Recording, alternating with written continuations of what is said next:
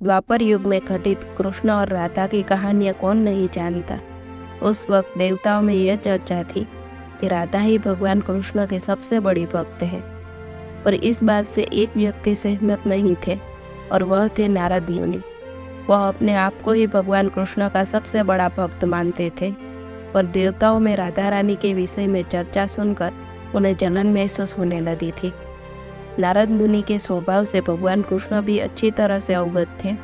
एक दिन नारद मुनि कृष्ण भगवान से मिलने द्वारिकापुरी गए थे। उन्हें आता देख भगवान श्री कृष्ण अपना सिर पकड़कर बैठ गए।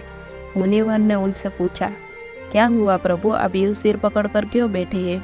उस पर द्वारिकाधीश ने उत्तर दिया, मुनिवर, आज हमें सिर में बहुत पीड़ा हो रही है। नारद बोले, तो प्रभु इस पीड़ा को मिटाने का क्या कोई उपाय है?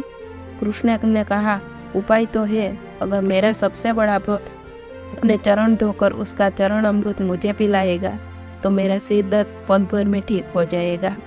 कृष्ण के मुख से यह उपाय सुनकर कुछ पल के लिए मुनिवर सोच में पड़ गए कि हूँ तो मैं ही सबसे बड़ा भक्त, लेकिन अगर मैं अपने पैर धोकर उसका चरण अमृत प्रभु को पिलाऊंगा तो मुझे नरक जाने का जितना पाप मिलेगा।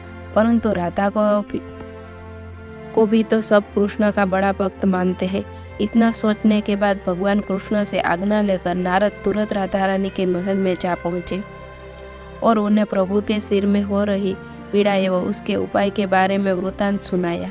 वह सुनकर राधा रानी ने एक क्षण का भी विलंब न करते हुए अपने चरण धोकर उसका अमृत एक कटोरी में नारद मुनि के हाथ में लाकर दिया और कहा, मुनिवर, मैं नहीं जानती कि मैं भगवान कृष्ण की कितनी बड़ी भक्त हूँ, पर मैं अपने ईश्वर आराध्या को पीड़ा में नहीं देख सकती हूँ। राधा मुख से वह सच्चे भक्तिभाव के शब्द सुनकर नारद मुनि की आंखें खुल गई और वह समझ गए कि राधा रानी ही कृष्ण की सबसे बड़ी भक्त है और प्रभु श्री कृष्ण ने यह लीला मुझे समझाने के लिए ही रची है।